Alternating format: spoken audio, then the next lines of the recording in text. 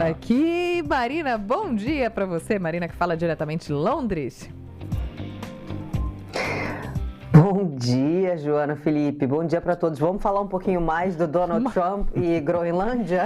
Gente, é o assunto do dia. A gente está dando a devida importância. Peço desculpa aos ouvintes que estão achando esse assunto repetitivo, mas a todo momento, inclusive, chegam atualizações. A gente vai falar com a Marina e eu vou dar aqui uma olhadinha, porque o que está acontecendo lá no Fórum Econômico Mundial em Davos já tem repercussão em relação a isso. Vou só dar um tempinho enquanto a Marina fala aqui para eu conseguir traduzir, que ler em inglês é difícil, né? Precisa de um tempinho para você ler e entender o que está escrito direitinho, interpretar direitinho. Então conta pra gente, Marina. Ontem você citou, e a imprensa também vem falando num instrumento de anticoerção.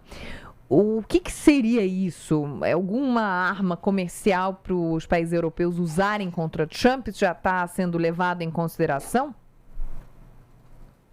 Exatamente. Vamos então para mais um capítulo, né, da novela Trump versus Europa. Só colocando em contexto rapidinho, o presidente norte-americano, no fim de semana, ameaçou países como Reino Unido, França e Alemanha com mais tarifas, porque eles não concordam com a tomada da Groenlândia pelos Estados Unidos. Então, primeiro tarifas de 10%, depois que vão ser reajustadas para 25%. E aí, em resposta a isso, o presidente francês Emmanuel Macron disse que a União Europeia tem que usar a bazuca comercial contra os Estados Unidos. Então, o que é isso? Esse é um instrumento que foi aprovado em 2023 e a definição oficial é que o objetivo é dissuadir países terceiros que fazem acordos comerciais com a União Europeia, dissuadi-los de exercerem medidas coercivas que vão contra os interesses da União Europeia e permitindo retaliações, ou seja, vão nos chantagear, a nós, Europa, economicamente, podemos nos vingar. Então, na prática, é um mecanismo anticoerção que permitiria que a União Europeia retaliasse os Estados Unidos com tarifas também, que somadas dariam mais de 90 bilhões de euros em produtos americanos importados para cá, né?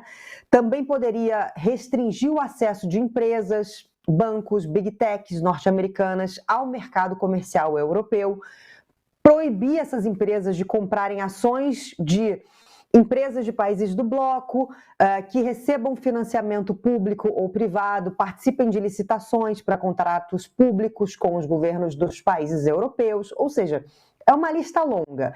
A ideia da criação desse mecanismo foi anos atrás por causa da China, que impôs restrições à Lituânia porque o país disse que melhoraria as suas relações com Taiwan, né, que a China quer anexar.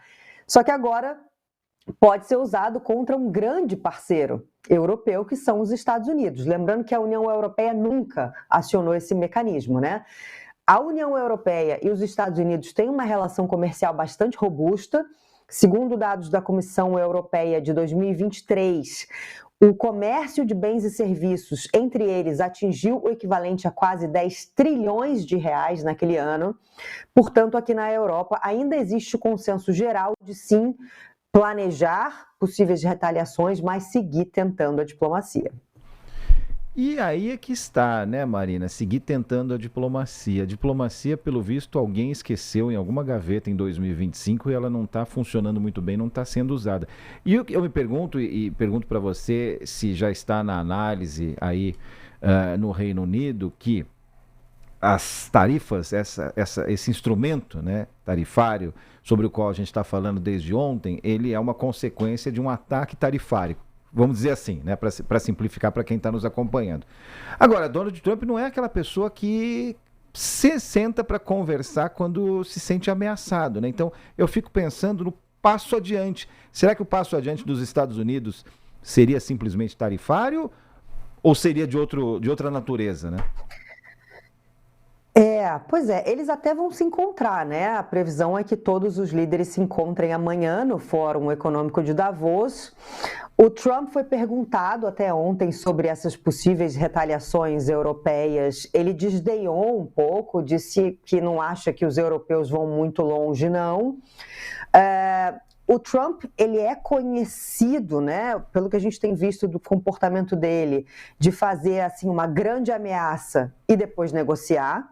Isso, né, enfim, ele é um grande empresário de sucesso, né? É uma tática que ele usou nos anos dele como empresário. Então, assim, a gente já viu ele fazendo isso em outras situações, inclusive quando a gente falou aqui das ações, né, quando ele processa empresas de TV, conglomerados de mídia, né, ele dá diz que vai processar em tantos bilhões e depois negocia, só fazendo um paralelo que me veio à cabeça agora.